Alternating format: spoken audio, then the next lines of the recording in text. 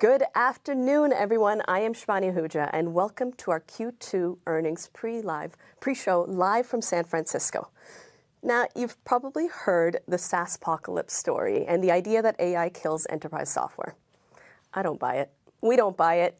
What we're actually seeing is the opposite.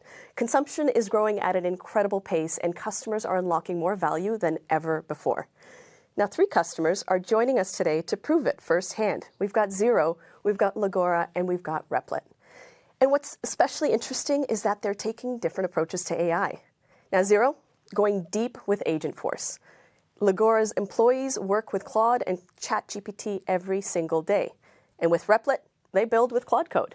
Now, these are different reasoning engines, entirely different interfaces, but underneath all 3 is the same trusted foundation, Salesforce. So let's get into it. And first up, we've got Xero. Now, Xero helps small businesses around the world manage their finances. The company serves nearly 5 million subscribers, and that includes accountants and bookkeepers. Now, Xero's been a Salesforce customer since 2014, running on Service Cloud, and now Agentforce. Joining me here in the studio live today, right now, this moment, is Xero CEO Sukhinder Singh Cassidy. Thank you so much, Sukhinder, for joining us today. We are thrilled to have you on the show. Well, thank you for having me. Now, Sukhinder, how critical is Salesforce to running Xero today? And, not to lead the witness, but put simply, what would become harder or stop working without it? Well, first of all, as you noted, we have been a Salesforce customer since 2014, and we have scaled subscribers multiple-fold since then, of course. We've also scaled geos multiple times, right. And we use Salesforce not just as Service Cloud, but also Marketing Cloud and Sales Cloud. So it underpins all of our customer interactions, both outbound and inbound. So it is critical infrastructure for us. Right. And so what would happen if we stopped using it? Well, even before we get into AI, I think our GTM would grind to a halt, and our customers would be pretty disconnected from their experience of Xero. But it is a very critical part of our tech strategy and stack, including in an AI-forward world. I love that. And so you've got sales, you've got service, you've got marketing. It's almost like the pipes in which all of this rich data is flowing through. And now Agentforce. So talk us through a bit about your experience with Agentforce. What agents have you built? How quickly did you move from this idea of an agent doing work to the agent actually doing real work? Right. Well, I think at Xero, I think Agentforce has been, I'd say, foundational and instrumental to changing our customer experience in our support area in particular. And there are a couple things I want to call out because I think they were things that were never before possible at Xero. So Xero is built entirely as a digital-first customer support experience. So believe it or not, we've never had call centers. Wow. Customers would have to self-service, which is great, on a site called Partner Central, which houses all of our repositories of answers and knowledge base. But there was no way to ever talk to anyone live, and there was no way to get real-time support. And so as the team was building Agentforce, or looking at Agentforce and thinking about what we could do with it, real-time support became the critical opportunity. And about 9 months ago, maybe 10 months ago, we started talking about what if we could give 100% of our customers real-time support. And I think the first fear was like, well, if we had an agent, and internally we codenamed this Lucy, and we offered it to 100% of customers, would actually, and we were willing to route people to an agent to a live agent, if the AI agent could not answer their questions, would we see explosion in staffing costs and volume, right, and even the ability to talk to somebody? Would that blow our gross margins? And instead, what happened, of course, is we set ourselves a goal, and Agentforce was the enabler. We built a custom workflow and a custom journey for our customers on the chatbot. We now just call it our customer service agent. We don't call it Lucy anymore. And I challenged the team when they had rolled out to 25% and we're seeing good results. I said, take it to 100. And their fear was, well, what if CSAT's not good enough, what have you? And I said, look, this is an experience we've never had before. Yeah. For our customers, it is something that hasn't existed and could only exist in an AI world. And so we rolled it out to 100% of our customers just a couple of months ago. We're already seeing, of course, many, many questions answered instantaneously. I think it's a 62% deflection rate. Wow. We've had over 200,000 interactions, tens of thousands of interactions going on in any given month. And what we have really done is given them the ability to, A, get most of their questions answered instantaneously. For those that aren't, they are able to be routed to an agent. So now for the first time, there is a human talking to them faster than would have previously been possible. And of course, we've been able to do this while maintaining, what is a pretty high margin, a gross profit or a gross margin profile for ourselves. And this whole idea, again, the CSAT would have been at 0 because it didn't exist before. To Exactly. Now bring so it how to do you measure something that it hasn't existed? Incremental value. Yes. And it sounds like this internally named agent, Lucy, is not just stopping at service, because now you're starting to build upon. Yes, of course. I mean, the well. capabilities, once you have an agent and it can work for certain use cases, you're going to start rolling in more. So now billing, we don't just do accounting, we do payroll and payments as well on our platform. Wow. And so now we can support payroll questions as well. And so, that customer service agent is just getting more and more powerful. And so that has been one of the big Agentforce implementations. There's one more that is worth highlighting, which is our ability to really nurture leads and procure more leads. Like any business, lead gen is another great opportunity. And here we've used Agentforce to build an AI SDR. And that SDR is taking leads from the website, from accountants and bookkeepers who come in. And it also will re-nurture old leads, effectively inactive accountants and bookkeepers who we want to re-stimulate. We see that we have increased our email open rates 3x through the use of our AI SDR. Of course, we are booking more leads than would have been possible previously. And of course, we're avoiding the staffing costs of trying to do this manually at scale. So another really exciting implementation. I love these use cases because they're examples of something you didn't have before. Like you didn't necessarily have folks that could call back all these leads, to now you're seeing outcomes. You didn't have enough folks to answer all the calls. Well, I think you're hitting this is wild. Yeah, I think you're hitting the key opportunity, right? People always think about what you lose, but what you gain is a level of scale and the ability to have new use cases that previously just simply weren't possible. That's right. If you just thought about staffing people. Now, Xero spent more than a decade building its customer data and workflows on Salesforce. This doesn't happen overnight. What has that foundation made possible as you've moved faster with AI? Well, you've hit the critical word, right? Data. I mean, at the end of the day, Salesforce is, of course, a system of record for us, but it also provides us clean data, proprietary data, customer data, and it also provides the infrastructure around that, security, compliance, all the things we care about because we ourselves are a system of record for small businesses when it comes to the financial operating data. So I appreciate what Salesforce does for us in enabling us to surface clean data upon which to build agents and new journeys in much the same way we do for our customers. We're their critical infrastructure, and we built agentic capabilities on top. So I don't know. I think it's hard to have a powerful, ongoing increasing reasoning without, access to great data. We always say trust is our number one value, and it is for a reason. It's so that we can extend that trust to you. Sukhinder, I really want to thank you for joining us today. We are so proud of what we've built together, and we are so excited to see what's next for Xero. Thank you. Thank you. Now, if you're just tuning in, we're talking live with customers right now. The full earnings report starts at 2 p.m. Pacific. And up next, another customer we've got is Legora. Now, Legora didn't just bolt AI onto legal software. Nope. The company was built around it, giving lawyers a faster way to handle contract reviews, due diligence, and legal research. And it's growing rapidly, expanding from roughly 600 to more than 1,500 employees in just 6 months. That's interesting. Joining us remotely is David Eckstein, CFO of Legora. Welcome, David. It is such a pleasure to have you here today. Thank you for joining us. Thanks for having me, Shivani. We're very excited. Now, David, Legora was built in the AI era with no legacy systems, no bad habits, nothing to unlearn. That's pretty special. As a result, what do your employees do differently? Great question. So I have lived in the SaaS world now for over 15 years, and I can tell you the first 7 months that I've been at Legora have been truly transformational. The clearest tell is how we're organized. We don't have one central organization that you file tickets to. We have a go-to-markets operations team, we have a marketing operations team, we have a product operations team, and each one owns building their first AI workflows for its own function. It seems intuitive, but it's harder to do in practice. Right. The people closest to the work are the ones that build the systems for the work. So let me give you a quick example. A rep at Legora, they don't write their own outbound. They don't even type up their own call notes. That's all automated. What they do is they walk into a partner meeting at a law firm or a Fortune 500 company, and they already know the practice mix. They know the deal history. They know who's in the room because the research was done before they even sat down. This limits the number of ad hoc requests. It also enables them to become more self-service. And we bring this back to the hiring phase.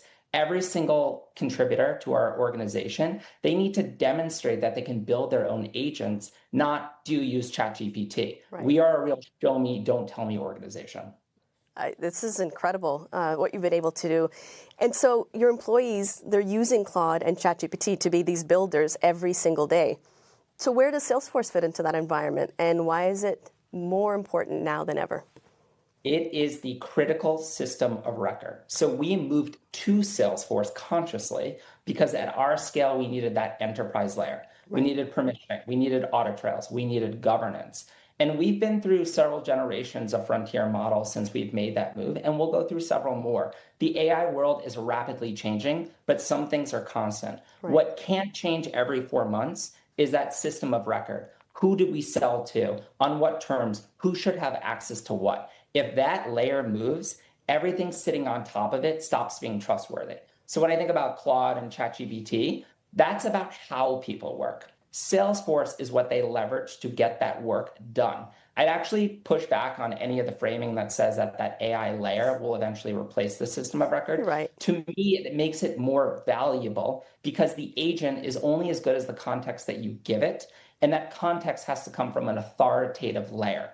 So Legora is the fastest software company with a Salesforce to go from 1 to 100 million ARR. We did it in less than 18 months. Wow. And we cannot afford to change our CRM again. No, and David, you're talking about some incredible concepts. You've grown from 600 to over 1,500 employees in 6 months, like in addition to your ARR. Everyone talks about AI replacing jobs. Like this is another angle and another dimension. Your proof point that it doesn't. So what are all of these new people actually doing? Yeah. So to rewind the clock, January 1st, we had 220 employees in the organization. A few months later, we had 600. Today, we have 900 Ligorians. We will finish the year at nearly 1,500 Ligorians. So we're going to go from 220 to 1,500 in 12 months. What are they doing? It can be boiled down to 3 main things. So first, we are investing aggressively in our go-to-market organization, which benefits Salesforce. With over a 70% win rate at pilot, we need to have our reps be first to those accounts because we can close one of those accounts 3 out of 4 times. We're in over 50 markets, and law is jurisdictional. It's very relationship-driven. It's very hard to sell to a customer or prospect in Tokyo or Toronto from a seat in New York. We need real people across our 17 global offices. Second, we are an AI company that sells software. And a lot of the change that we're driving, yes, it's software, but it's also change management. So as a result, we actually have more lawyers inside of the organization than software engineers. We call them legal engineers. Wow. Their job is not to do legal work. It's to redesign how a firm's work gets done, given what technology can now do for that organization. That's a role that didn't exist 3 years ago. And now we're hiring hundreds of legal engineers this year alone. And then finally, and this one is near and dear to my heart, the third bucket refers to the people that are required to scale an organization to those 50 markets. Finance, security, compliance, people, operations. My own function is a really good example of a job AI created, not destroyed. Overall, Legora sees AI as a capacity expander. In contrast to what you might think, our clients are actually adding more lawyers because they can now take on more work. Our $1 trillion TAM that we operate in, the legal services TAM, is supply constrained. We're seeing more M&A, more litigation, more regulation, more companies being formed. And our 900 Ligorians, we're just getting started. The pie is growing. Ligorians, that's going to stick. David, that one's definitely going to stick. So Salesforce is bringing to you that deep, trusted data, but it's actually not just the data, it's the context behind that data. And while you didn't mention it, I imagine there's an element of probabilistic deterministic, but it's also bringing this new way of working, these new roles, like you said, like your own department being an entirely new function that wouldn't have existed before. There seems to be a common theme that we're starting to see where it's less about the old traditional thoughts around AI and what AI will take away or what AI will reduce. and rather build and grow for the future. And so what are you thinking about for the future? I'm thinking about how the surface area is changing. So when I look at Legora and Salesforce, everyone is logged into Salesforce. Right. But if you're thinking about are Legorians logging into Salesforce in the traditional interface, the answer, it's changing every single day, and it's split by role. The surface area has expanded and it's changed. And as a result, yes, ops and finance absolutely live in the traditional dashboard. Right. But reps likely are not logging into Salesforce in the traditional way. They're logging in via Slack. They're engaging via Slack. Right. And so the surface area is constantly expanding in this new AI ecosystem. Updates go into Salesforce via natural language now instead of typing. Or pipeline reviews are coming directly from the system rather than building slides from scratch. To me, that's wasted mental calories. So AI is handling the busy work. Great, that's AI's job. Right. But the human layer, that's adding the judgment. That's the sales strategy on top. And that is the future of Salesforce and Legora. David, keep this up. We're going to have to bring you into marketing because what you're describing so well is this whole idea of headless. Is like you're putting it into real words to say we're decoupling the Salesforce platform from the UI so that organizations like yours can build the way you'd like to, build what you want, build how you want to. David, I really want to thank you. That's exactly what yours is exactly what an enterprise, agentic enterprise looks like. And you've been building AI native from the ground up. Thank you. Let's go. Thanks for having me. Let's go. Now, folks, if you're catching this midstream, we're talking live with customers now, and the full earnings report follows at 2 p.m. Pacific. Now, for our final guest, we've got Replit. Now, Replit lets anyone build software simply by describing what they want. Can I try this on my son? No, I can't. It doesn't work that way. There's no coding required. The company is scaling fast with an ambitious goal of reaching $1 billion in ARR. Again, a common theme that I'm hearing from the last conversation and this one. Now, ARR, for the folks that are on the call, that means annual recurring revenue. And they're aiming to do this by the end of this year. Joining us is Replit's Chief Revenue Officer, Ghazi Masood. Ghazi, welcome. It is wonderful to have you here. Hey, good to see you. How are you? Great, great, great. Nice to see you too. Okay, so Replit's growth has been a little bit wild. Your enterprise adoption took off so fast that your old go-to-market systems couldn't keep pace. That speed, it broke a few things. What broke first, and why was Salesforce the fix? Yeah, it wasn't really what broke first. It was really the scale element, right? So when I got here and knowing how fast we had to go scale and build our GTM teams, it was just a common sense type conversation. In order to kind of scale at the pace that we wanted to actually scale at, we needed a hard, robust system. So the question was, could we have built it ourselves? Sure, we could have. Is that the best use of our time or energy to do it? Probably not. Yeah. And I've been a go-to-market leader for many, many years at different companies out there, and I'm a big fan of Salesforce. And the idea of getting a trusted, proven system of record into our ecosystem was the right, easy decision for us. So that's what we did. And not only did it come on board early, it's really the foundation that's going to stay with us as we continue scaling to the levels we're scaling at over the next few years. I love to hear that. And I love that you've actually called out that you had that contemplation, or maybe not really, to say, should we build it ourselves? I hear this day in, day out from a lot of folks to say, build it myself. Like, I've got a core business. I've got a core business of doing something. I should probably be focusing my efforts in that core business. And let alone, like, when you build it out, it's day two. What's the day two implications of building something out, the maintenance of it? So thanks for calling that out. Now, you grew Replit from 75 to 300 Agentforce seats. So 75 to 300 Agentforce seats speed, while you also increased your Slack consumption. What gave you that confidence that you could expand that quickly? Yes, a couple of points. So one, internally, if you look at our global employee base, we're all Slack users. So in addition to growing our GTM team, we're growing as a company internationally, globally, around the world. So we just needed more Slack licenses to help accommodate just our broad employee growth, which is great. We're also starting on the whole Slack code partnership with you all in early stages with that. So the team's pretty excited about that and what's to come with that. So the Slack usage and growth was just common sense, just to scale with our employee base. We live in Slack every single day.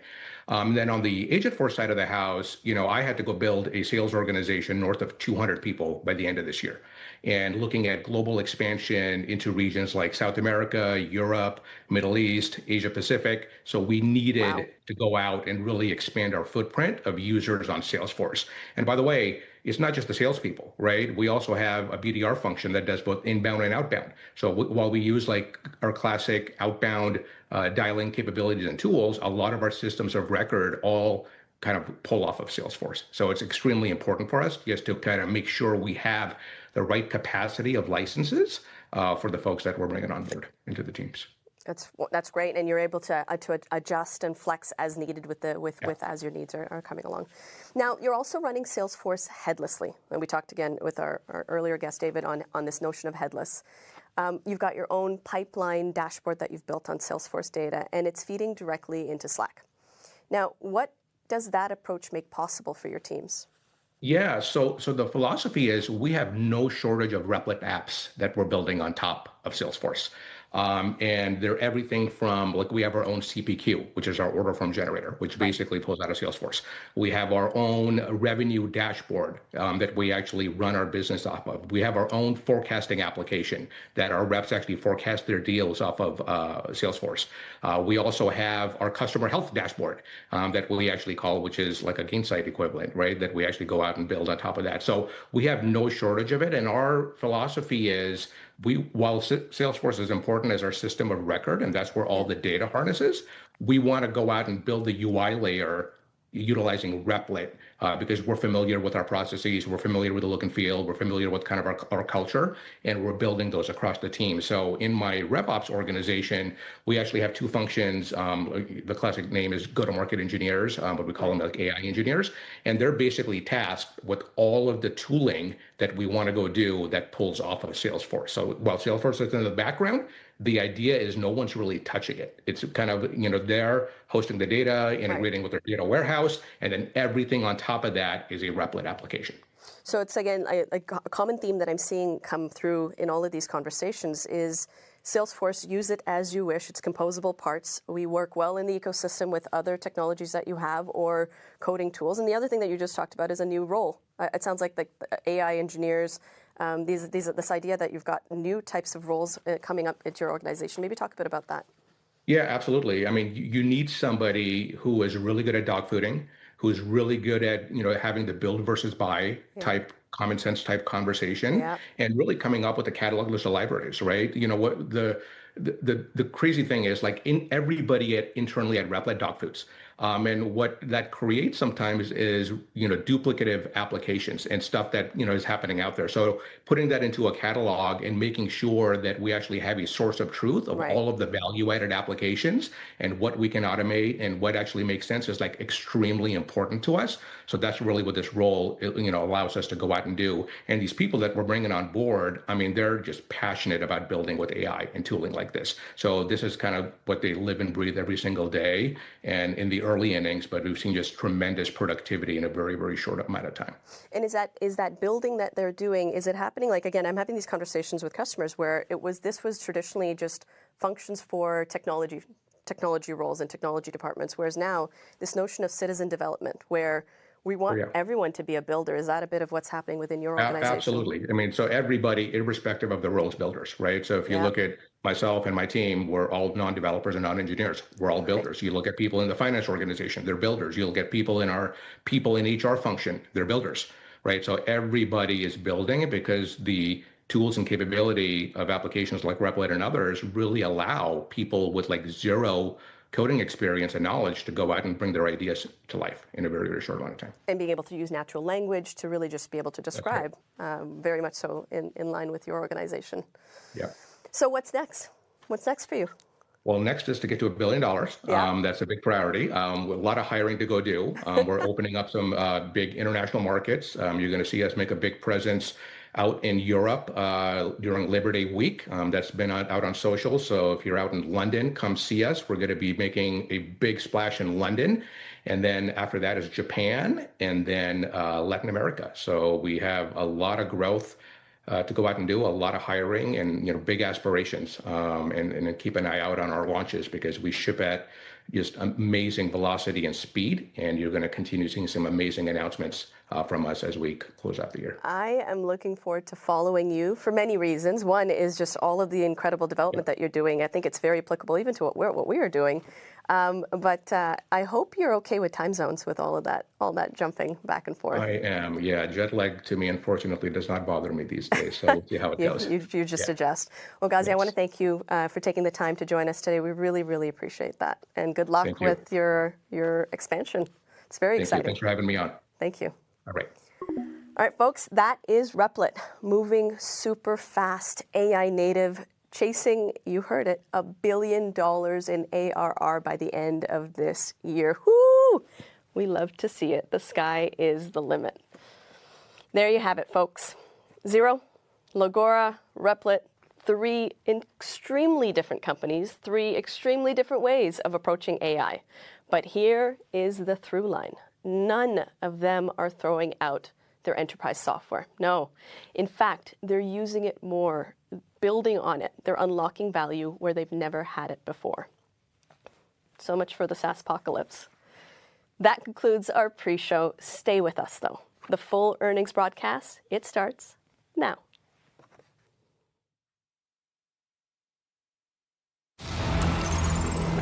So what makes a company truly agentic? Agents operating inside your workflows. Not an assistant, no, a colleague. A true partner that knows your business. Agents that reason, that orchestrate, that determine the next best action across your entire business. An agent that actually gives you agency. We're going from the dumb software era to the smart software era in real time. Your AI business is actually going to be doing $1 billion in sales. Oh, it's over that already. Jim, Agentforce and Data 360 growth is just incredible. When we're working with Salesforce, it feels like we're right at the front of the pack. None of this stuff works if you don't have context. When your data's connected, now you have a foundation. Data is everything for an agentic enterprise. This is where your intelligence is multiplied. Agents that reason with the full weight of the business behind them. Every function, every industry. The U.S. government is our largest customer. And this is where it gets really interesting. Today, we are going to show you Salesforce Headless 360. This is the powerful moment. Headless 360 is a huge opportunity for us. The entire Salesforce platform is now available to any agent. We can actually pull data into our own components as we see fit. We meet the customers where they're at to customize your experience and your interface. And that changes everything, because now context is connected. When you think big, you need to keep it simple. Slack is the point of entry, the dashboard for the worker of tomorrow. Today, I'm really excited to tell you about the launch of Slack Code, with purpose-built spaces for teams and AI agents to build together directly in Slack. It's the new front door to the agentic enterprise. With Anthropic, yesterday we made a game-changing announcement. We launched Claude Tag, an agent that sits in a channel as if it were another teammate. This is transformational. What's really exciting is now we're taking our partnership to the next level. The #1 AI meets the #1 CRM with Claudeforce. Now you can just ask, which deal needs my attention? Because Claude is connected to Salesforce, it doesn't have to guess. Salesforce were the one company that had all the tools in the toolbox. Humans and agents in the same feed where all of your data comes together, coordinating in real time. Sales, service, marketing, commerce. Every signal, every customer, every conversation, unified, governed, and trusted. The speed and growth of a company of this size and software has never happened before. It's incredible.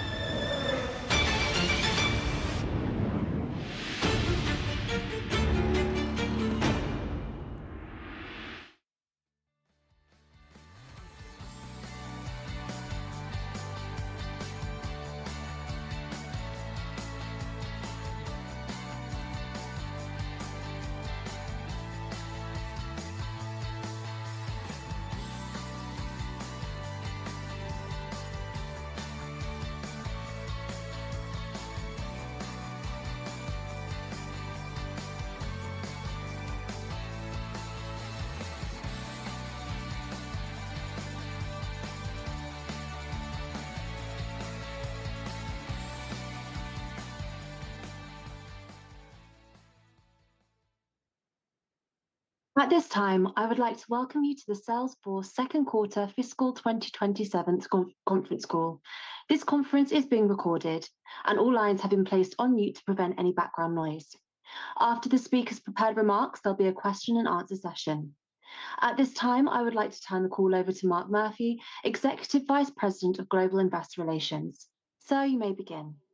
Good afternoon, and thanks for joining us today on the fiscal 2027 second quarter results conference call. Our press release, SEC filings, and a replay of today's call can be found on our website. Joining me on the call today is Mark Benioff, Chair, CEO, and co-founder, and Robin Washington, Chief Operating and Financial Officer. We also have Patrick Stokes, President, Applications and Marketing, and Miguel Milano, President and Chief Operating Officer, joining us for the Q&A portion of the call. Some of our comments today may contain forward-looking statements that are subject to risks, uncertainties, and assumptions which could change. Should any of these risks materialize, or should our assumptions prove to be incorrect, actual company results or outcomes could differ materially from these forward-looking statements. A description of these risks, uncertainties, and assumptions and other factors that could affect our financial results or outcomes is included in our SEC filings, including our most recent report on Forms 10-K, 10-Q, and any other SEC filings. Except as required by law, we do not undertake any responsibility to update these forward-looking statements.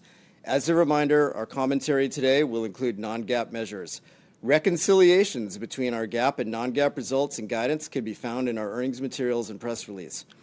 Before turning to our prepared remarks, Mark and Dario just announced Cloudforce a few minutes ago live on CNBC. Let's roll the clip. This is really the best of both worlds. This is the number one AI in the world, Anthropic, and the number one CRM, Salesforce, coming together for the first time in an incredibly powerful way to build a new product called Cloudforce. It's really a first in the industry, Jim. We've never seen anything like it. It's completely exciting. I think that this is the way all enterprise systems are going to run in the future. We've found that this combination product that we've built together is the most useful thing in accelerating it. You know, within Anthropic, for a long time, we've been accelerating the research teams within Claude. But this is the first time that we've really been able to incredibly accelerate our go-to-market efforts within Claude. And we want that for all the other enterprises. And me and Mark want to bring it together to everyone. We've already worked with Salesforce in a number of ways. We're big users of Salesforce. Salesforce is big users of Claude Code, of CoWork, of other tools. We've put products like Claude Tag in Slack already, which is a part of Salesforce. And now this combination is a way to gain something that's, you know, it's 1 + 1 = 3, something that's bigger than the sum of its parts. My chief commercial officer was just demoing this for me with some of the internal stuff we do within Anthropic just half an hour ago, where he asked, you know, what are the biggest accounts that Anthropic is trying to close now? Like, give me a list of the biggest accounts. Talk me through the risks of each one. All the data, all the information comes from being managed in Salesforce. But the conversation, the interaction, that comes through Claude. And so you can see how these two things can be more than the sum of their parts. Why this is exciting is it's a perfect complement. You know, Anthropic builds this amazing model, and now the model has this incredible user interface, CoWork. And when you take CoWork and then you're able to put it right on top of Salesforce, it's able to bring the data, the applications, the semantics, the agents themselves, and build complete applications, a total user interface to let you get all the value out of Salesforce that's been trapped. So customers have put hundreds of billions of dollars into Salesforce. You know, there's a huge amount of value that can be unleashed through this combination. And with that, let me hand the call to Mark.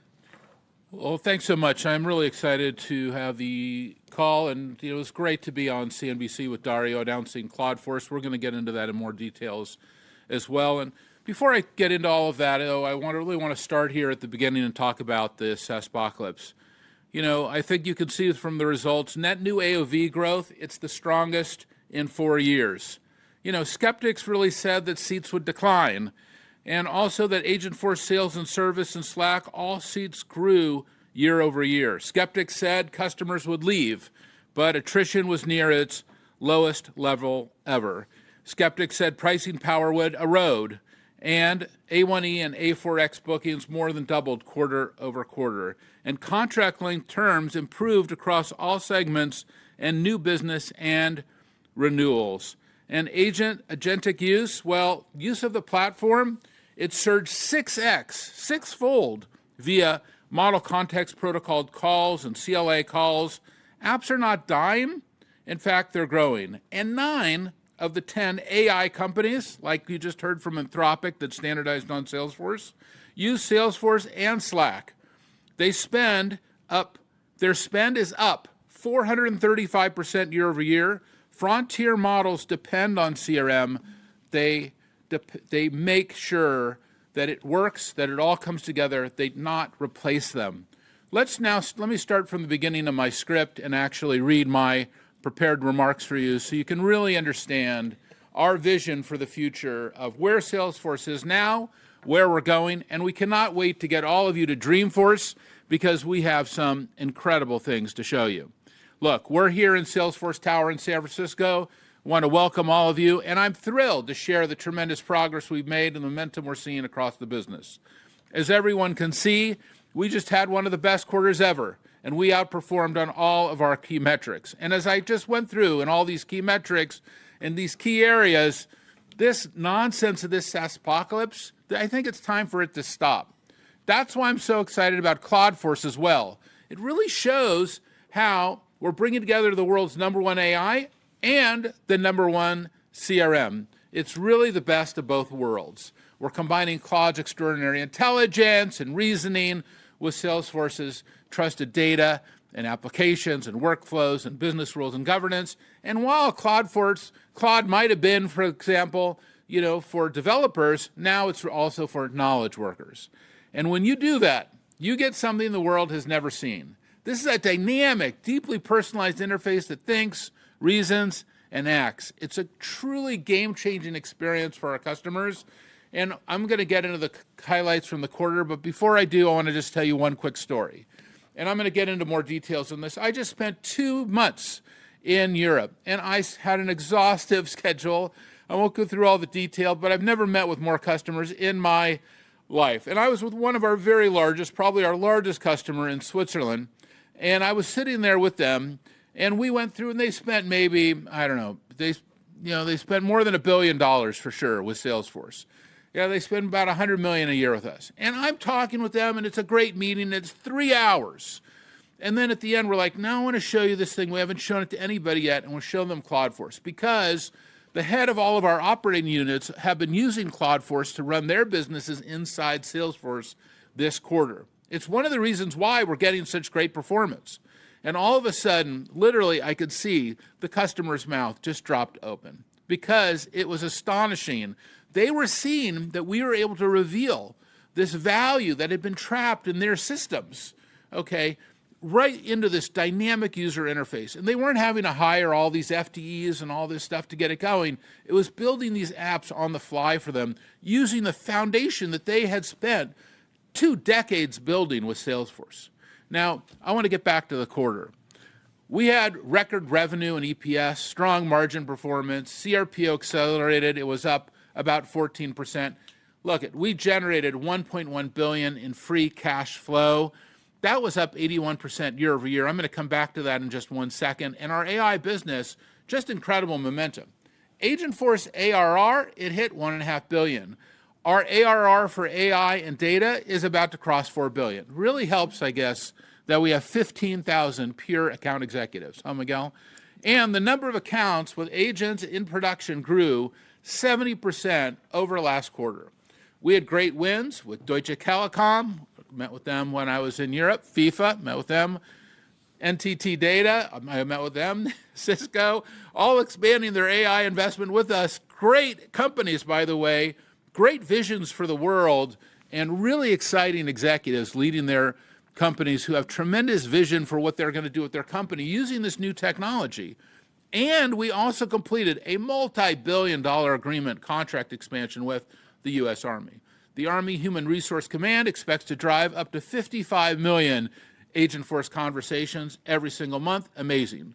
The Secretary of the Army took me aside and said he finished recruiting 4 months early because he was able to use not only the power of all of his human agents, but AI agents as well. That was the Army being all they could be. And I'll tell you, we're expanding into markets and seeing an incredible success. We launched Agentforce IT Service in November, and it already has more than 450 customers, including NYU Langone Hospitals and McAfee, conversions from ServiceNow. I think that's very exciting, that we can see that more companies coming into our platform, and as they come into our platform where we expand it to be not just sales, not just service, not just marketing, not just commerce, not just analytics, but also IT service and other critical functionality, all of that can be revealed and now rendered through the Agentforce user interface. The more that's in the platform, the more Cloudforce is going to be able to deliver for it.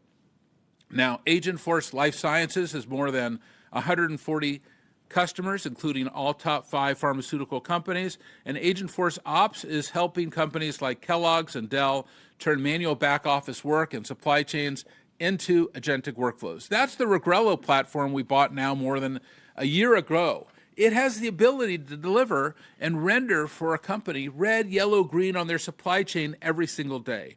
For Dell, they have 20,000 suppliers. And why that's important is we see supply chain as one of the very first applications. So many companies are actually revising for AI because it gives them the ability to actually look into something and do something with an area that really has not moved forward for in decades. With this strong performance and momentum and the strategic acquisitions, especially Contentful and Fin, we're expecting to close in the coming weeks, and we're raising our fiscal year 27 revenue guidance by about $300 million in constant currency. Now, what's driving all this?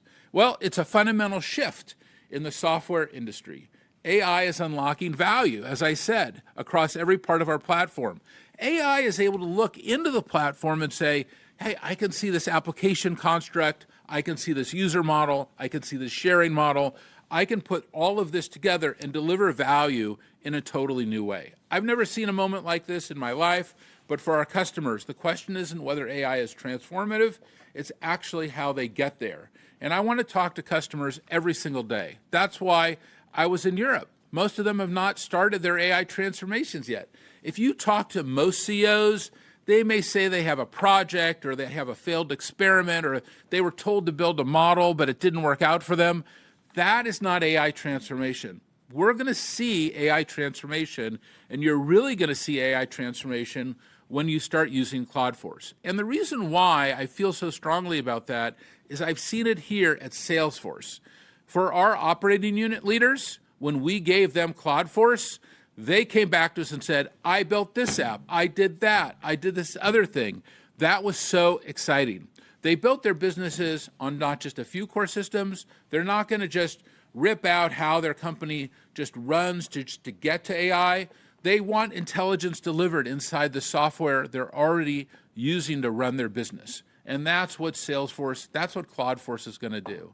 So I show them Cloudforce, I show them reasoning across their Salesforce data and workflows. I can show it right inside Cowork. I also show it right inside Slack. One click to deploy, and their path to AI transformation just opens up in front of them. It's pretty incredible. It's a great experience as a software executive to see the customers' reaction. And this is what we're building with our new enterprise harness. So this new enterprise harness, AI Force, you're going to hear a lot about this at Dreamforce. First, you're going to hear a lot about our data layer. You're going to hear a lot about how we've invested in the federation and integration and harmonization of data. You know that's why we bought MuleSoft. It's why we bought Informatica. It's why we built Data 360. You're going to hear about our application layer. Of course, sales, service, marketing, commerce, analytics, as I just said, supply chain or ITSM, all the different components, field service, all in the application layer. In that application layer, then the agentic layer on top of that, and then finally the interface layer. These 4 layers, data, apps and semantics, agents, and interface, when it's turned on together, that is when you start to see the true enterprise transformation. And I'm confident that when you come to Dreamforce for your own company, since so many of them are already on, Salesforce, you're going to see how you are going to be able to transform as well. Now, let me show you what this looks like for Athena Health. Every time someone needed a case summary or opportunity insight, they had to ask IT to run a report. So they used Data 360 to bring together all the product usage and account data from across their systems to create a single source of truth.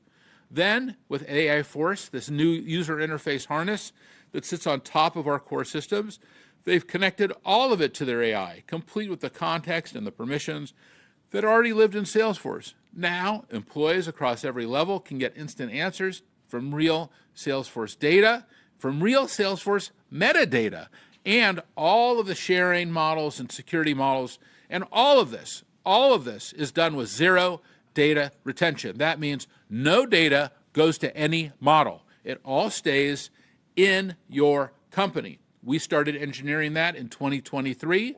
We have been perfecting it over the last 3 years, and we audit it, and we are sure that that data is staying with you without ever opening a browser. The usage and the value they're getting with Salesforce is going way up. This is the future of enterprise software. And I'll tell you what it's not. This is not the SaaSpocalypse. This is not the SaaSpocalypse. As I said earlier, we've been hearing about this for the last 2 quarters, these dire predictions about the end of software and how the models eat everything. But none of them have come true for us, and I don't even understand how they could possibly come true. Look, models, you have to remember, models are probabilistic systems. They're non-deterministic systems. But our system, those 4 layers that we talked about with data and apps and semantics and agents, those are deterministic systems. But when you put those 2 things together, that's a level of value we've never seen before.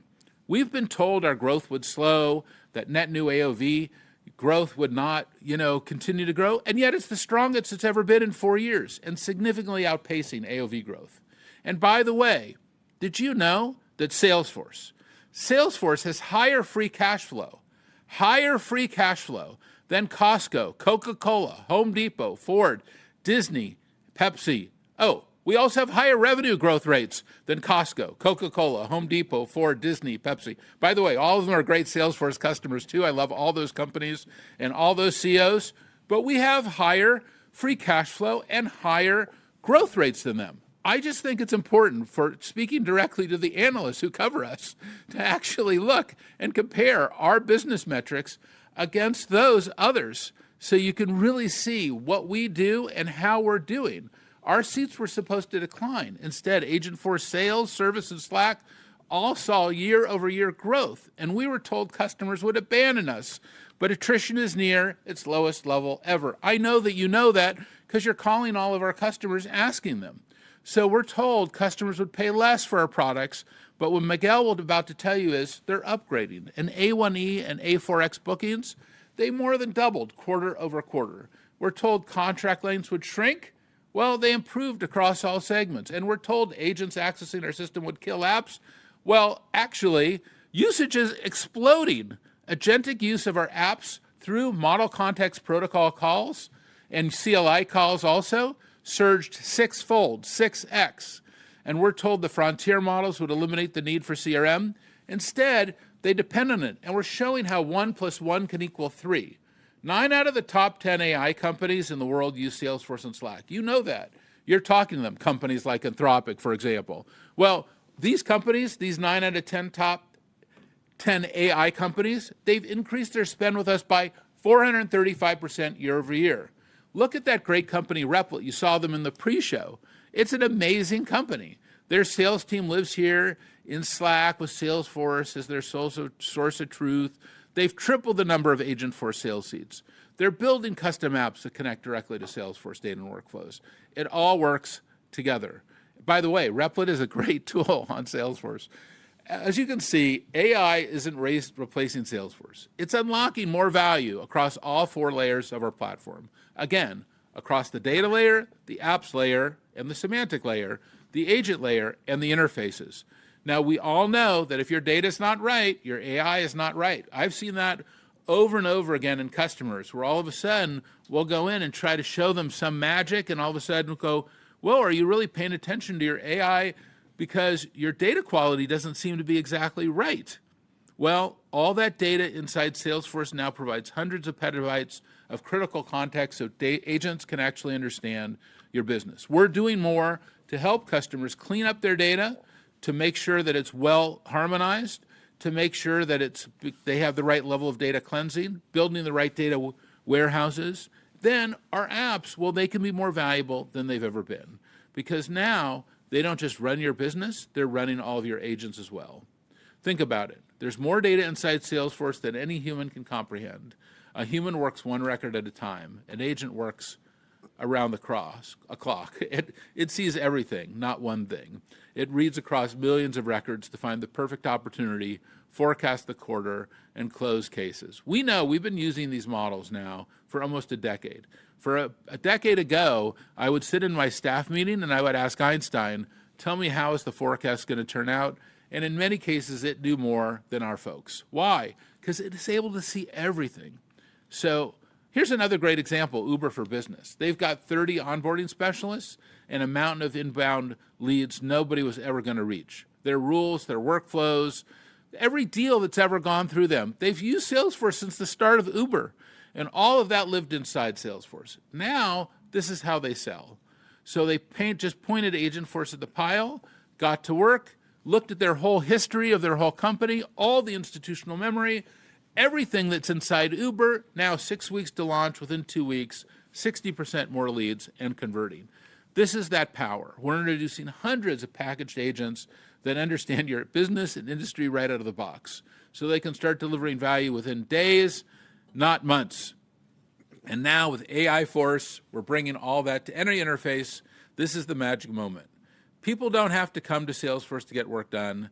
Salesforce comes to them in Claude, in Slack, in ChatGPT, in Teams, wherever they want to work. And it's a shift from software as the interface to software powering every interface. Of course, this is already happening in Slack, which had a phenomenal quarter. It's the best acquisition we ever made, regardless of all the financial analyst reports that I read about 6 years ago when we bought it. We won't go through the details. It's water that's now all under the bridge. But let me just say this. When you look at Slack today, it is where work happens, and it's where these AI lives and work and can do things. And not only is it where human work happens, now it's where you can build together too with Slack codes. AI isn't trapped in a single player chat window. It's a teammate that works across all your people, finding the right agent, the right action, all in the flow of work, fueled by all the enterprise context that lives in Salesforce, the conversational context in Slack. Companies like Anthropic, OpenAI, Lovable, Replit, on and on and on. I think there's more than 1 million companies on Slack now, are all building their agentic products directly into Slack because Slack is where their customers want them.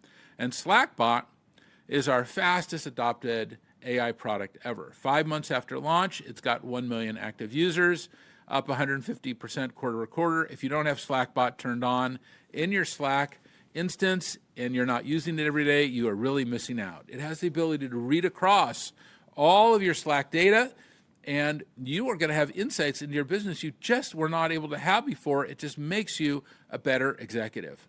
Robinhood's a great example of what's happening. Robinhood needed AI adoption across its whole workforce, not just engineers. So what Vlad did was he put AI inside Slack, the place where the entire business comes together and connects to Salesforce, Google, Okta, and other systems. And now any employee can use Slackbot to surface past decisions and conversations, solve problems without engineering support, and Slack isn't just the best place to work with AI, it's also the best place to build with AI. We just introduced Slack Code, a shared space for teams of agents and humans to build together right where they already work. So when you combine Slack Code with Slackbot, it becomes an incredibly powerful multiplayer IDE. Okay, well, as you can see, across our whole platform, we're redefining how our customers build, deploy, and scale AI. And we have a very special guest today on our earnings call. And our friend David Friedberg is here. He's got this great next-generation bioengineering company, Ohalo. Welcome, David. Fantastic. Hey. Welcome to the earnings Thanks call. for having Great me, Mark. to have you. All right. And they're changing how we feed the planet with a breeding technology that boosts crop yields by 50%, maybe 100%. Scott, he already sent me a can of seeds. I don't know if I'm allowed to talk about what I got or not, but it was pretty awesome. And I'll tell you, David had chosen a CRM product when he first started, Oholo, and how does it pronounce? Oholo? Oholo. Mahalo? Oholo. I should ask you. It sounds like a Hawaiian It sounds word. like, but it's not. It's based on an important, actually, part of bioengineering history, right? Yeah, well, there was an agricultural find in the Sea of Galilee where they found this old pot of seeds, 20,000 years. So it kind of rewrote what we thought about the history of agriculture and plant breeding. So we named it after that little village. Fantastic. Well, yes, you're right. It sounds like a Hawaiian word, but it's not. And I know that you started with another CRM product we won't talk about, what it is, and but I remember when you called me and you said, well, maybe I'll try to vibe code this whole thing, whatever. Right. And then a few months later, it turns out we did a little vibe coding. Yeah, I did a vibe code to make a CRM product over the weekend. And you quickly realize just how much it takes to do maintenance, to do accounts, to do security. There's just much more to it. And we realized pretty quickly there are certain, I would say, software applications that are maybe verticalized where you have to build custom workflows that make sense for your particular business. But then there's platform software. And platform software, we realized pretty quickly, is really what we need to build our entire company around. And Salesforce is what we kind of decided to go with on CRM. We're already on Slack. We're not going to go vibe code Slack. We're not going to vibe code CRM. But then we build custom workflows, custom interfaces, custom prospecting tools at my sales teams. I've got agents that are out scanning public county databases, trying to find where farmers are planting what crops, what their names are, what their contact info is. I've got agents doing all sorts of prospecting. That interface gives my sales team leads. That integrates with Salesforce. They can then go run the standard workflows that are a little bit more standardized across verticals. And we can build all of our custom workflows in parallel and in concert with the Salesforce tool. Well, it's been very exciting, and I'll tell you, I'm thrilled to have you as now a large Salesforce customer. And one of your smallest, but yeah. Well, I would say large in terms of presence, in terms of, everybody knows you now, Dave, because your podcast is so popular. Yeah. The #1 podcast in the world is what I heard. In San Francisco, for now. That's right. But what I want to know is this. So when you do think about the future and you think about your company and bringing the best of AI and the best of, CRM together, how do you plan to do that? Again, I think it goes back to this point about where do we create value? I'm not going to create value as a business by doing something that everyone else does. If everyone else is using Microsoft Excel, I'm not going to go build Microsoft Excel. If everyone else is using an ERP tool, we integrate with NetSuite, and I know that you guys have an integration with NetSuite. We're not going to go build an ERP tool, and we're not going to go build Slack. We're not going to build communications and messaging. We're not going to build CRM. We're going to build custom interfaces for doing plant breeding. We're going to build custom interfaces for prospecting customers. We're going to build custom interfaces for selecting the right product for a farmer based on my satellite and radar imagery that shows me what that farmer's field is going to look like next season, making an estimation, and then making the right product selections for him. So the interface to do that for my sales team, for my customers, that's where we add value. And then the actual following up with the customer, connecting with the customer record, making that transaction record, storing it, that needs to be done safely, securely. It needs to be done with the right account settings, the right access. That's what we're not going to go build. And that's really where the partnership works. Now, when we make a selection, it has to be a selection with standard, platforms that we can work with, that integrate, that have the integration capabilities, that have the ability to service and support. I'll give you another example. Just internally, we use Slack, right? That's our primary communication messaging tool. And in Slack, we've got an Ask HR channel now. And so we basically use Claude to set up an Ask HR channel that anyone in my company can ask the HR questions that they would normally spend time calling up the HR people saying, hey, I got this question, I got this question. Ask HR has access to all of our internal HR documents. And it knows who you are, whether or not it can access your personal information. It knows standard benefits policies, and it can just answer all your questions for you through Ask HR.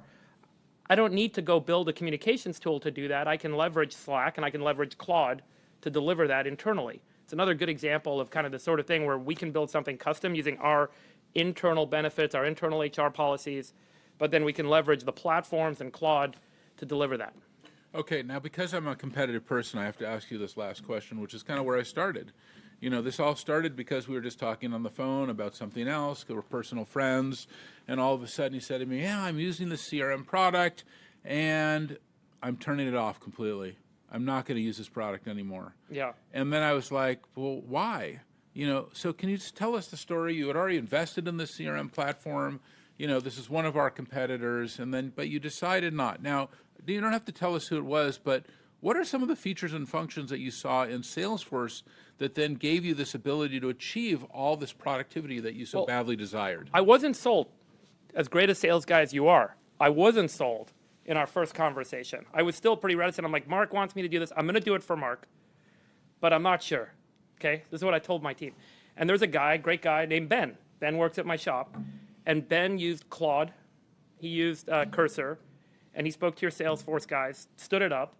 And what took us months of going back and forth, trying to customize this other CRM tool and build the application and workflows around it that we needed, we were like pulling our hair out. We're like, let's just build it all from scratch. And that's when you and I talked. So Ben used Claude and Cursor, got into Salesforce, and was able to get everything stood up in under a month.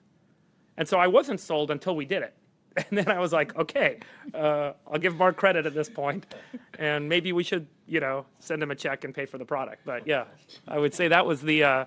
By the way, that's been a huge. You're a great marketing guy, but what the product and the capabilities, you, David, I appreciate that sold itself actually. Yeah. Like when we got in there, and Ben was able to do this in under a month, and he told me he did the whole thing in under a month, just Ben. Right. And he ran the whole thing. And I think that has been the huge shock for us that. These new next-gen tools, the Cursors, the Replets, the Claudes of the world, make our product better. That's right. That all of a sudden it can customize the data, the metadata, set up the preferences, do the administration, do things that maybe you needed, a bunch of service folks to to do. Now all of a sudden you're getting going in a month. Maybe it might have taken you before 6 months to a year. All of a sudden now you're fully automated, and your ability to add new functionality and do new things. This has provided this kind of very strong platform. And as I said, it's a deterministic platform. Totally. And while Cursor's more, non-deterministic or more probabilistic on the front end, it's helping you to administer it, maybe starting to build new screens for you, analytics, but nothing is going to be better than having this solid foundation. I was probably early on the SaaSpocalypse train, as you know, because I know you listened to my show, and I always said, I think SaaS was this temporary phenomenon between the founding of the internet and the start of AI. But I think that it's a little more nuanced than that. It's probably this verticalized SaaS, where you try and standardize a vertical on a bunch of workflows, which actually destroys value in that vertical because everyone's now doing the same thing in the same way. So no one can differentiate in that vertical. We've actually dumped all our verticalized software. We make all of our verticalized SaaS in-house. But the horizontal, the platform, Salesforce standardizing on Slack, this is really where I think we've realized that's actually going to get bolstered, and it's more valuable with all the other capabilities we can now build around it. So, I'm definitely sold in that sense. I think there's still a SaaSpocalypse, but with a lowercase s rather than the uppercase s for verticalized tools, where I think AI really allows you to rebuild something that's unique, which creates value for your business in a vertical. Rebuild it on Salesforce. Yeah. Yeah, that's right. Great. Thanks so much, David, for being with us. We really appreciate you coming in today. Thank you. Thank you very much. Thanks. All right. We're so thrilled to have David here, and we're so grateful to have him now as our new customer. And I just thought everyone would love to hear that story because I think, as everybody has heard, David has been wondering, how will he use enterprise software in his new company? Where does he achieve that productivity? And I've just never been more excited about our future. The scale, the opportunity in front of us is extraordinary. You're going to see it at Dreamforce. Not only are we going to have great entertainment, probably the best entertainment we've ever had, so can't wait to announce that, but also we've got probably the best products we've ever had. And you're going to see it in just a couple weeks. It's going to be a huge accelerator for Salesforce, for all of our customers. We're going to bring 50,000 people here to San Francisco and show them some unbelievable capabilities. And we're going to show you some of the most exciting transformative technology we've ever built. It's the future of enterprise software, and I'll tell you, we're deploying it not just for the Army or for the IRS or for all 15 of the major U.S. agencies, all these incredible new customers that Miguel has signed up, from Uber to Deutsche Telekom, to FIFA. you're going to see not only meet all of them, but you're going to see an incredible lineup of speakers at Dreamforce. And yes, Dario's going to come there. He's going to be in my keynote. You're also going to see Sam there. Jensen's going to be there. Actually, all the major AI leaders are going to be there. David is coming if he's bringing all of his friends. And you're going to see how great companies like Amazon, NVIDIA, F1, L'Oreal are bringing humans, agents, platforms together to connect with customers in new ways that were never possible before. We're looking forward to seeing you all there. And before that, we've got you, Robin. Thanks, Mark. Appreciate it. Your enthusiasm is infectious. So I'm going to go with a bit speedy here because we want to be sure that we value all of your questions and want to be sure that we can tell you everything we can about the quarter. First and foremost, we delivered a record second quarter. AI is amplifying the value of our platform. This isn't just a technology shift, as you've heard, it's a reinvention of how our customers work, and it is fueling our growth. So I want to take you through a few of the proof points. It starts with our operational focus on net new AOV, which is driving our re-acceleration. Exceptional Q2 bookings, along with near record low attrition, drove our Q2 CRPO beat. Half one net new AOV growth significantly outpaced AOV growth, keeping us on track for second half organic revenue re-acceleration. Contract length terms for new business and renewals are increasing across all segments. Slack continues to shine. Q2 Slack net new AOV was the fastest quarterly growth since acquisition. AI innovation across our platform is delivering measurable value. Agentforce ARR reached $1.5 billion, as you heard, driven by Slackbot and headless launches and continued AI momentum. Upgrades to our premium Slack editions have tripled since we launched Slackbot. Our consumption flywheel is turning.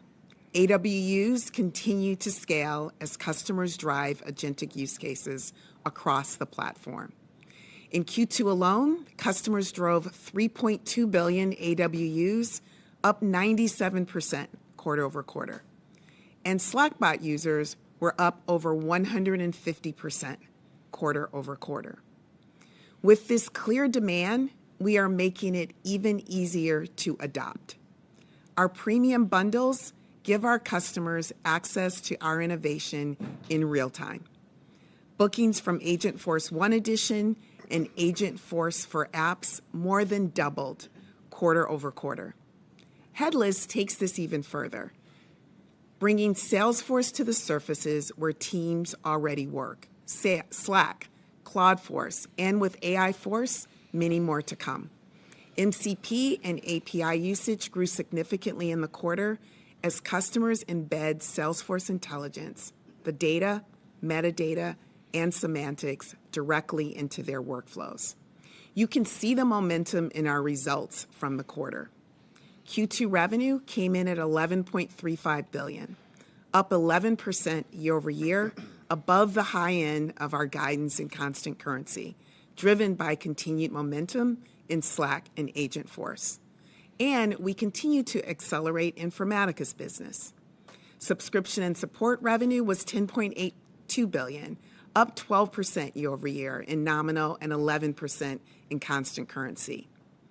Our top-line performance reflects the breadth and resilience of our portfolio. Agentforce Apps delivered solid growth, anchored in momentum in Slack and resilience in sales and service, with early signs of recovery in marketing. While it is too soon to call this a sustainable trend, we're very encouraged by the success enterprise customers are having on our next-generation marketing product.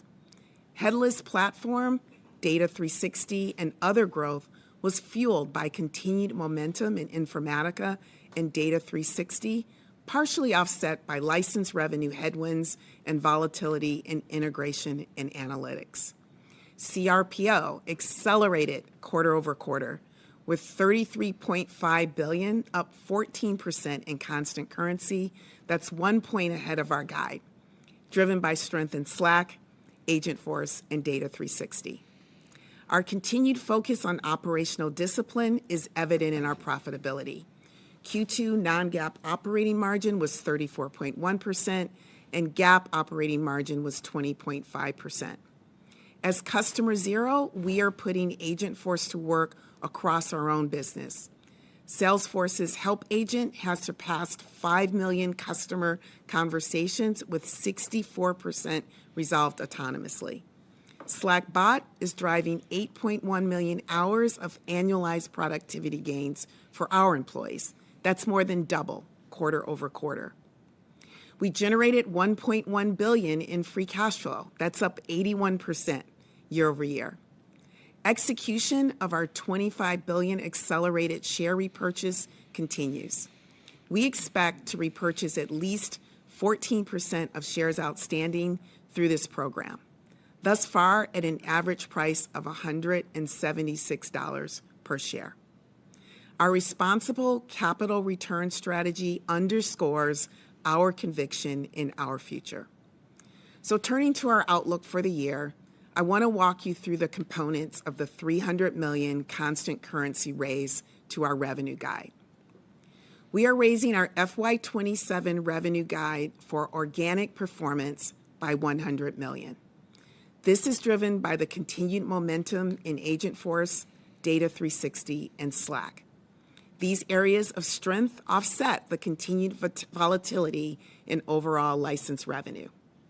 Alongside this organic growth, our raise incorporates a $200 million expected contribution from the anticipated closings of Contentful and Fen in the coming weeks. Of note, our FY27 revenue now incorporates a $100 million FX headwind compared to our prior guidance. This brings our updated FY27 guidance for revenue to $46.1 billion to $46.4 billion, resulting in subscription and support growth of slightly above 12% year over year and slightly under 12% in constant currency. We're holding our non-GAAP operating margin guidance at approximately 34.3%, and we're updating our GAAP operating margin guidance to approximately 20.1%. We continue to expect operating and free cash flow growth of approximately 4 to 5% year over year. So moving to our Q3 guidance, we expect Q3 revenue of $11.42 billion to $11.5 billion, growth of approximately 11 to 12% in constant currency. Q3 CRPO growth is expected to be approximately 14% year over year in constant currency. I do want to note that this does not include incremental contributions from Contentful and Fen, as we await deal closing to ensure accurate balances are reflected. In closing, building on the momentum from a strong first half, we are delivering record revenue and cash flows this year. We look forward to sharing more on our latest innovation and financial framework during Investor Day at Dreamforce next month and connecting with many of you here in San Francisco.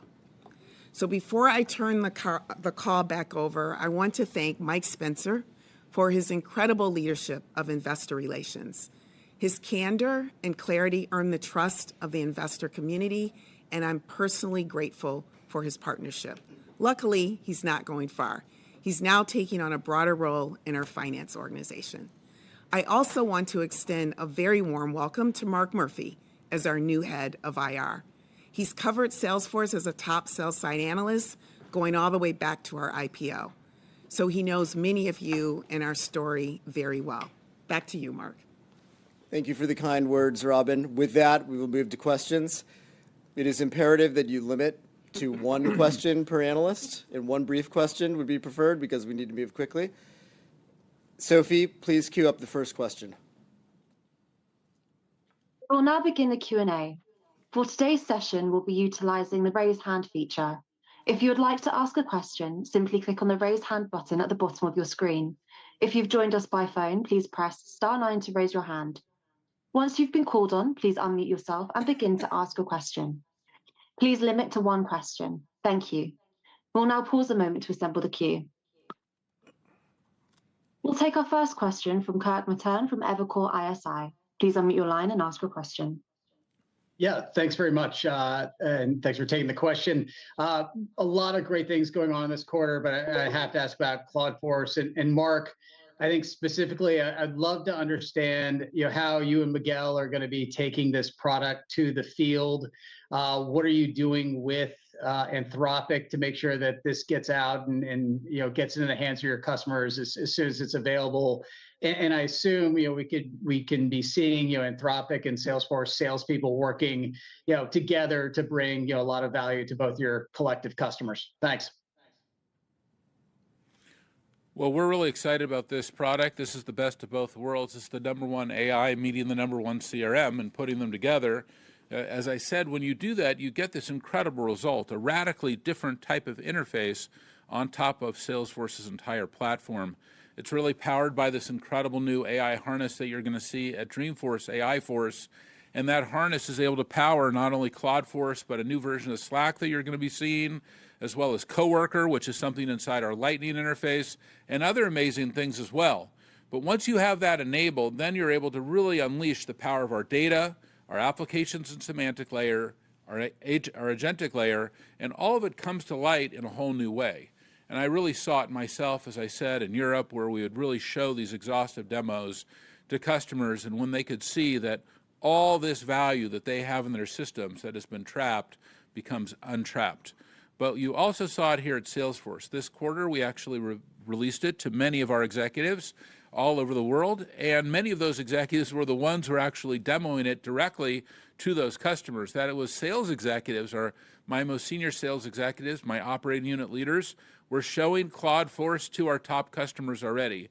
And you're right, we'll also work hand in hand with Anthropic sales executives as well, and we'll do whatever we can to make sure that this becomes a huge part of our sales ecosystem. I think this is going to be an incredible opportunity for both companies. And I'd love for Miguel to come in and talk about his vision for how this has come together. And Miguel has been a huge driver of the relationship with Anthropic, as well as really broadening, the capabilities of both companies. Yeah, thank you, Mark. Listen, I've been obsessed with this surface. I myself and a number of my leadership team have been using very profusely the surface, connected. We've done it manually, connected the MCP servers, created skills on our own. So I just can't believe that we have now this product available. We are rolling it out to the whole enterprise, to the whole company. And then we're going to make it, Patrick, we're going to make it available to GA in September to everyone at Dreamforce. Every single seller of Salesforce will be demoing this product as one of the surfaces. By the way, we love Slack as one of the surfaces, but not everybody has Slack. They are complementary. Slack, you are working with your teams, is a multiplayer surface. With Cowork, you and Claude Force or Salesforce for Claude, we are simply going deep and researching, understanding your business. By the way, you're able to engage also through Slack, through email with your team members. It's going to be very powerful. Every customer will be able to buy it. They will have to upgrade to our premium editions, and it's going to be a new wave of demand. I'm very excited about it. And Miguel, just give us just a couple anecdotes, because, I just know, when we turn this over to several of your European leaders specifically, and obviously I was in Europe for that time, and they started using it just even at the most basic level, the kind of things that they were building and the kind of things they could see about their business and how to drive their business forward really changed. Can you explain that? So currently, and by the way, this is what I want all our sellers to do, we're going to be living in three surfaces. What we built, and this innovation came from Europe more than the US. I'm very excited about that. We basically created a cockpit to understand the business. So you're saying that Europeans can innovate? Sometimes we can, I see. if they let us. Good. All right. Yeah. So we build our own agents based on Claude, and that agent inspects. They are our deputy CROs for all our businesses, and they inspect the business, the pipeline. They tell us if there is risk in the month or in the quarter. And I do one thing that is, Mark, you would love this. I talk, by the way, I do this on Slack. This is one of the surfaces. I do this at the time, Cowork, now is Claude Force. But I also do it in an app that I build with Claude Code. So depending on the moment, I use one of the surfaces. But I do one thing that is very powerful. Every time that I visit a country, and don't tell anyone because I don't want my team to know. But essentially, what I do is, okay, I'm visiting Italy. I mean, we have an amazing leader there, Vanessa Fortesa. She's a Forza della Natura. And I said, okay, give me all the opportunities, open opportunities for the month, and then send a Slack to every account executive, copying the whole chain all the way to Vanessa, telling them, look at the opportunity record, look at everything, make it sound like it's me. I review all the emails, all the Slacks before they go, and it all of a sudden sends 50 very customized Slack messages to the AEs, asking them if I can help, if we can do anything. It's incredible. The engine is very smart. It proposes already ideas to close the deal. And then when I visit the country, everybody's mobilized. Everybody has been working over the weekend. Vanessa is crazy, running around, and we close deals faster. Yeah, very exciting. Thanks, Kirk. Sophie, we will take our next question. Our next question comes from Alex Zukin with Wolfe Research. You may now unmute and ask your question. Guys, thanks for taking the question and congratulations on a fantastic quarter. Mark, you're seeing a pretty big debate and tension in the industry about open weight and open source models versus frontier model adoption. I was wondering if you'd set the stage for us, because what you're seeing in customers is important, as you're offering the best of both worlds with both Claude Force and AI Force/headless. So maybe talk about how you see this debate settling and about the monetization opportunity for both Claude Force and headless, and kind of when we should start thinking and seeing it in revenue growth. Yeah, I think a lot of customers are asked these questions, and you know, a lot of us, I'm sure you can relate, live in this podcast universe. We just were with David Friedman. He's one I think we all love listening to his podcast, right? And you know, we like listening to a lot of these podcasts, and we're in this podcast world. But I think sometime, and please don't quote me on this, but podcasts do not always meet reality. And it's very interesting. It can be very, aggressive. It can be very stimulating, but it might not be exactly true. And I think that is just the world that we live in. We live in a world of misinformation where everybody has a agenda, financial agenda.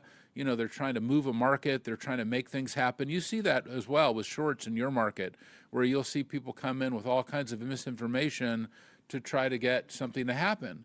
So I think that one way to to handle that is to go talk to customers. And this is what I do. So I have spent a lot of time with customers, and customers, it's pretty simple. They have, if you talk to customers, what they'll say is, we only have 3 platforms.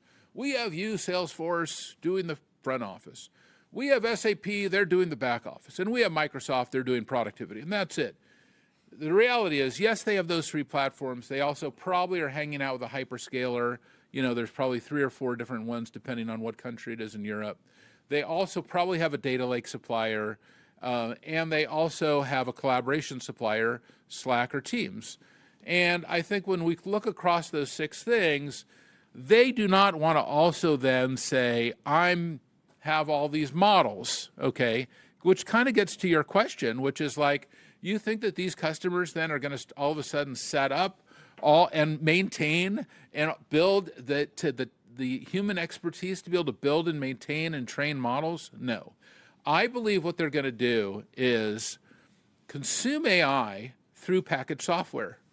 Not a huge statement, just they're consuming their AI through packaged software. You're using Slack, you're consuming AI through packaged software. You're using Salesforce, you're consuming AI through packaged software. At some level, when you use Cowork, you're consuming AI through packaged software.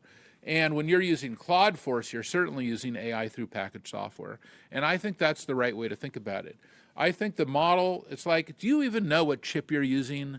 Do you really know what data center you're on? Do you know what router you're on? What switch, what type of fiber, what cable you're using, what interconnect you're using? At some level, will get abstracted back to kind of how the way the world used to be, which is we operate at a certain level of value, and I believe the highest level of value is at the application layer.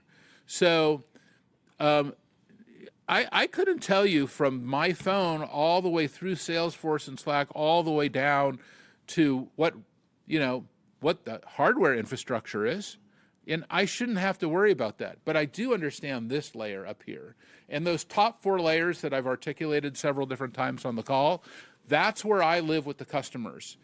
I did not have one customer really say to me, tell me, are you going to be on open source or are you going to be on Frontier? And I think like one way to think about this is, yes, this is a highly dynamic market.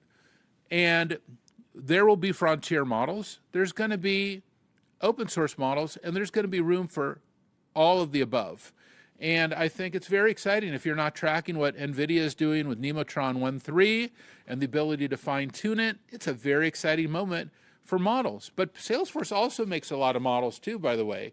We have a lot of our own models that run in our platform. Our platform runs on our own custom models. We've been writing models since like 2015, and you can find them all on Hugging Face. If you go, you'll see all the models. If you're really into models, you can go and see that. So I just think we're at a moment where be careful.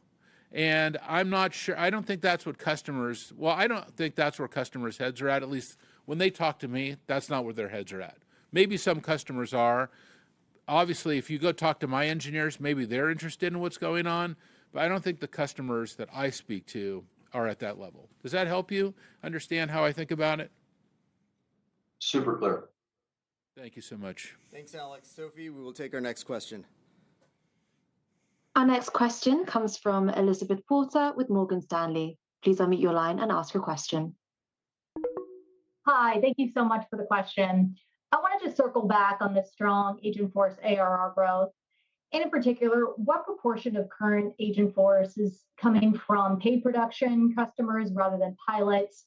And how has the timeline from pilot to paid deployment and refilling credits changed over the last couple months? For instance, are we seeing any sort of lengthening as customers are evaluating a broader set of solutions? Or is Salesforce's increasingly open and headless posture helping de-risk some of these decisions and potentially accelerate engagement with the Salesforce platform? Thanks. Can I take that? Yeah, I'm going to turn it over to Miguel, but the first thing I'll tell you is, we offer our customers a wide variety of capabilities, products, and functionality. And you mentioned Agentforce is one. Coworker, if you haven't seen Coworker, it's our fastest growing AI product. We have another super fast growing product, Slackbot. We expect Cloudforce to be growing super fast. Agentforce also is growing super fast. We have a lot of them. And what we're trying to do is let customers have very flexible capability so that they can choose all of them and grow with them as they want. And we have these new bundles that you've already heard about, and these new bundles let customers do that. See, customers want to buy and want to price in different ways. This is something I've learned really aggressively recently. Some are still buying by user and by agent, and that's important for them. Some of them want it by consumption, and that's important to them. Some of them are just basic usage customers, and they want to pay that way. Some of them even want to pay by outcome. And that outcome could be by a transaction outcome or a business outcome. Because customers want that kind of diversity in pricing, we've created a high level of flexibility. And that, I think, has really expanded our ability to sign very large transactions with our customers. Miguel, do you want to go into the details? Yeah, I mean, the top line numbers are obviously very impressive, but I like to go a little bit deeper under the hood. When you look just at bookings, not just the cumulative ARR, our bookings, Elizabeth, grew triple digit, so we doubled year on year. That was pretty fantastic. 50% of the bookings came from customers refilling the tank. So they consume, they use the flex credits, they want more, they raise their hand, we go there, which, by the way, is good for AE productivity because these sales cycles are very short. Their time to production is very important for us because consumption is very important to us. We bring customers in the funnel. We want to bring them down. The first thing is to get into production. We added 2,000 paying customers into production. That's 70% more quarter on quarter. We are not happy with production only. We want them to really be ready to do the work. We're taking them to the enterprise. We show them everything, how to work, and then we leave. We call those agents consistently consuming. We added hundreds of consistently consuming agents down there. You've seen the down the funnel. You've seen the consumption numbers, the AWUs exploded. But But for me, the most important thing is to see the live customers. I want to tell you one story if I have time on one customer. But if you want to write down names of websites that you can go right now and see the agents or call them, Bodwell, geappliance.com, Lululemon. If you're going to Mexico, Volaris.com, Aer Lingus. If you're going to Ireland, my 2 daughters are in Ireland now. You want to call Amazon Blink. I mean, you want to call Beberg. Amazon Blink's such a great example, Miguel. Will you just tell the story just briefly? I actually have the phone number. Yeah, Amazon Blink. Basically, if you have anything going on in your Amazon devices at home, you can call, voice call. But I'm actually giving you one because since everybody here is a business, I want to.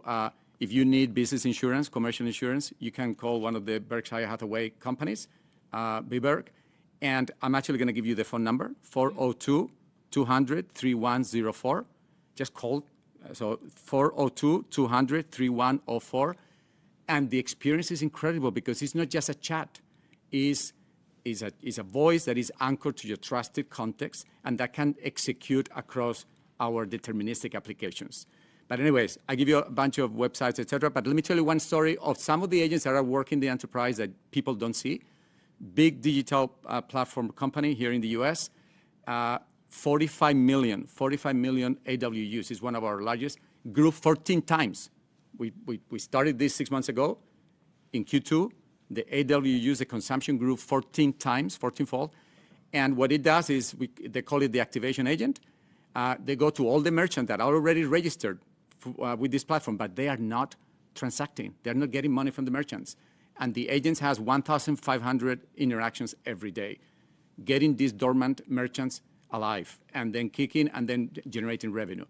This customer, for instance, was one of the customers because we're meeting them where they are with pricing. They didn't want to buy up front and do a big thing. They just wanted to try and see the value. So now, Mark, we're negotiating we're giving 2 options, either outcome-based deal. I mean, this is a $40 million customer for us.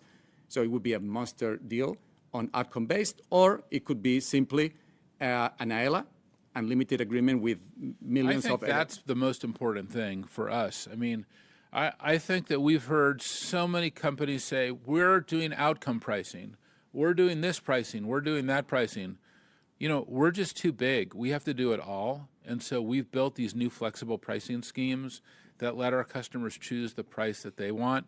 And we're going to get more and more into that zone. But this last thing that Miguel said, that some customers want business outcome pricing, that's very exciting, and that's never been true before in enterprise software. And Miguel, one more huge announcement we had in the quarter was that Miguel is now our Chief Operating Officer. Congratulations, Miguel. Thank you. Yeah. Thank you. Thanks, Elizabeth. Sophie, we will take our next question. Our next question comes from Gabriela Borges with Goldman Sachs. Please unmute your line and ask your question. Hi, good afternoon. I think this follows nicely from Elizabeth's commentary on the different types of pricing models. If I listen to what Xero and Magora and Replit is saying, you've got some customers that are using the Agent Force stack, you've got some customers that are going headless, and now you've got the Claude Force announcement today as well. My question is a little bit on the economic value to Salesforce from these different types of cohorts. I know you're still figuring out monetization on headless. Do you think in steady state, you'll be able to capture the same type of ACV from customers agnostic of whether they do Agent Force or whether they do some sort of headless configuration? And then any early reflections you can share as you progress on figuring out monetization for headless would be very helpful. Thank you.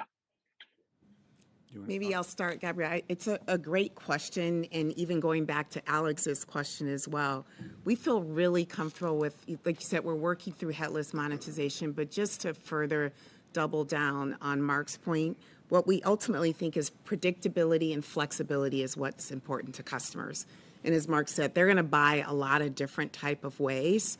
I think most importantly, though, we think with our new platform, AI Force, we really are going to unlock the potential for knowledge workers in great ways. I think that's going to be pretty impressive. The other thing is the way we're delivering this is through our premium upgrades that we also talked about. So they're going to get innovation in the moment. That is a early stage for us relative to our installed base. So our opportunity to continue to upgrade our customers to those premium editions that gives them instantaneous access to this innovation is an amazing future opportunity for us. So we feel really comfortable with the monetization strategy that we have, and most importantly, the flexibility that we're giving our customers that allows us to capture that. Quick thing, the AI opportunity, you can see it, first, augmenting employees.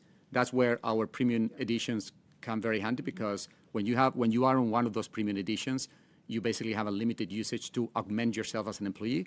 And then the customer-facing use cases, which is Monster. Mm-hmm. This is the digital labor world. It's Monster. That we monetize with ILS, with flex credits. And here we meet customers where they are in their journey. Sometimes they want to buy as they go. Sometimes we just charge for overages.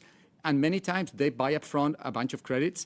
I think AI services is going to increase the demand across the board. What I can tell you is and we're measuring this, we're going to give you an update at Dreamforce, but we started last year.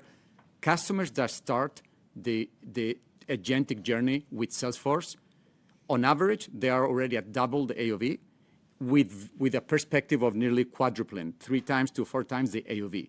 Think about this. The only thing that I need to do is to convince every single customer, and that's why Mark is on the road from time to time, meeting customers, and convince them to come, like he did with David Friber, to come with us in their agentic journey. Because once they make the decision, that's right, double, triple, quadruple the AOV with us. Yeah, and I think that's what's really key. I think your question is so good, Gabriela. I'll tell you why it's so good. Because I think that if you would ask us a year ago, we'd be like, well, we don't really know. But I think now what we see is, wow, all this new action on the network, call it agentic action, new user interfaces, new applications, it's just a lot more activity on our service. I mean, the amount of action at Salesforce on our service, the value that we're adding, the actual value that we can give to our customers is immense. So have we fully optimized that yet? No way. We're still trapped in some ways in old, per user pricing models. But their opportunity to build much more aggressive pricing, to really represent the value that we're offering our customers, I think is enormous. And Miguel is really at the very beginning of what I think will be one of the most exciting journeys he's ever been on. Only 5% of the knowledge workers that use sales and service have upgraded to the higher end editions. We get a 60 to 80% premium.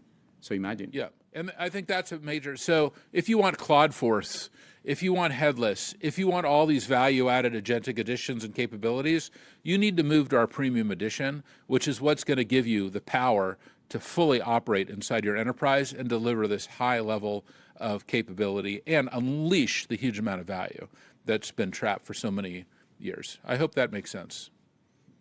Good numbers there. Thank you. Thank you. Thanks, Gabriela. Sophie, we will take our last question. Our last question comes from John DiFucci with Guggenheim Securities. Please unmute your line and ask your question. Thanks for taking my question. Miguel, I know you've gone through the math of how the subscription net new AOV to revenue works, and we agree it's math.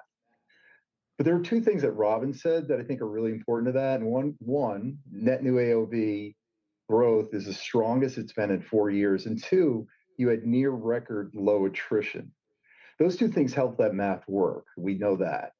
Can you help us better understand what's happening underneath those statements? How stable or sticky is that foundation of your recurring revenue? And more importantly, how should we think about that going forward? Because Mark's talked a lot about the so-called SaaSpocalypse, and I appreciate that. That was actually, I don't know, probably not fun, but it was always interesting. Thank you. But if you follow through on those statements, empathy. but if Salesforce follows through on those statements and that math, both low attrition and strong new business growth, that term is going to be part of history, Mark. You missed the third leg of the stool, though, John. You didn't say, and new value added for customers. I think that the key is 3 things. Yes, it has to be about low attrition, okay, and high net new AV, very important. But the third thing that we have to do with this AI is deliver this new value added that's going to bam, bam, bam, offer all these new capabilities. And I'll just come back to what we said. Whether you're using Claude/Force or you're going to see the new version of Slack, I'll just go into it second, also has an incredible surface. And this idea that all of a sudden these, kind of things that sit kind of theoretically at the top of the stack can dynamically build for you these applications. So you're going to work with it and you're going to say, hey, I'm managing this part of my business. It involves these customers, these products, these competitors, this technology, and bring this together to me in a map, in a this, in a that. And where you used to have to take months or years to build very complex, very dynamic applications that look like they were built in, I'm not going to get too geeky on you, but like React, like a very complex user interface. All of a sudden, that is what the AI is really good at. And, we're doing the heavy lifting down below, the sharing models, the business models, the security models, keeping it safe, keeping it controlled, keeping the data where it needs to be, making sure the wrong person doesn't see the wrong data, that kind of thing. But then that idea that we can offer a lot more value. So it's those three things all coming at once.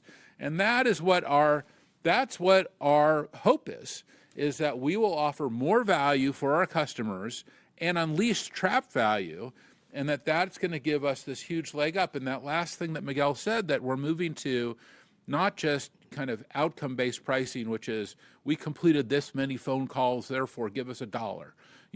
We want to be able to say, no, we improved revenue by this much, so give us $2 because we made you 20 or we made you 40.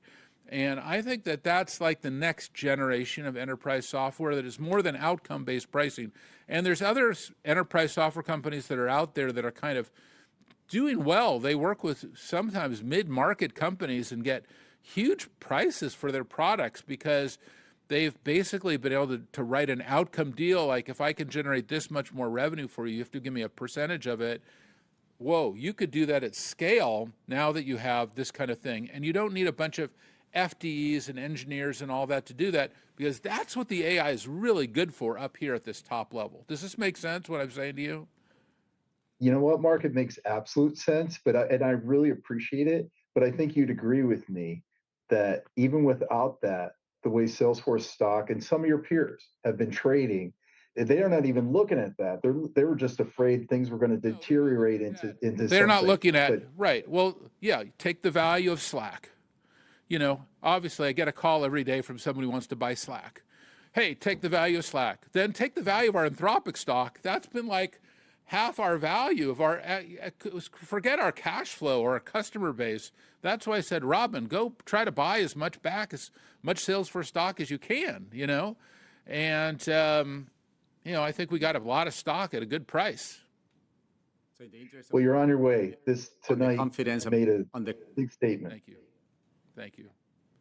Keep guiding us, John. On the confidence about the future, I mean, H2 last year was a great net new AOV growth semester.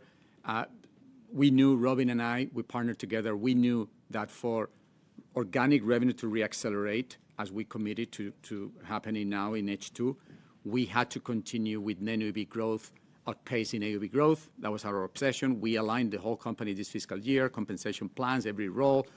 H1, net new AOV significantly growth outpaced AOV growth. We've already raised the guidance. We've already committed to the revenue acceleration organically in Q3. The momentum is there. We feel very, very strong. The demand environment is very, very good, very strong. Our pipeline are at record levels. We have more opportunities to monetize that we are not even putting in the pipeline. We had the capacity, thank you, Mark. You pushed us to hire a lot of A's when things were a little bit rocky. Well, somebody's got to call these customers besides me, Miguel. I know. I do some calls also. Okay, thank you for helping out. We had the capacity and we had the innovation, we had the product. So if you think the demand is there, and it's going to get even better with the AI Force, and the supply, which is for us, supply is capacity, distribution capacity, which we have hired more than anybody else. We still have to hire 1,200 more A's before the end of the year. We are now hitting 15,000 A's. And the innovation, we have the best products we've ever had. Most of it organic. We've made some tuck-in acquisitions to enlarge our TAMs. We are very confident. Definitely, we are committed to the H2 revenue reacceleration. That's already math.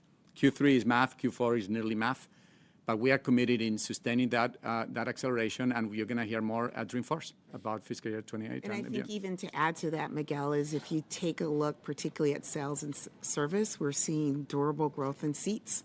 Right, so that's fundamental proof point is that everything we're doing is amplifying our entire platform. AI is amazing progress. It's amplifying the need for trusted context and deterministic execution. Very clear. Perfect note to end on. Thank you, John, and thank you to everyone for joining the call. We will be hosting a webinar on Tuesday to deep dive on our customer motion and adoption of AI with Bill Patterson and Connor Marsden. And we look forward to seeing you all over the coming weeks and at Investor Day at Dreamforce. Thank you for joining. This concludes today's call. You may now disconnect.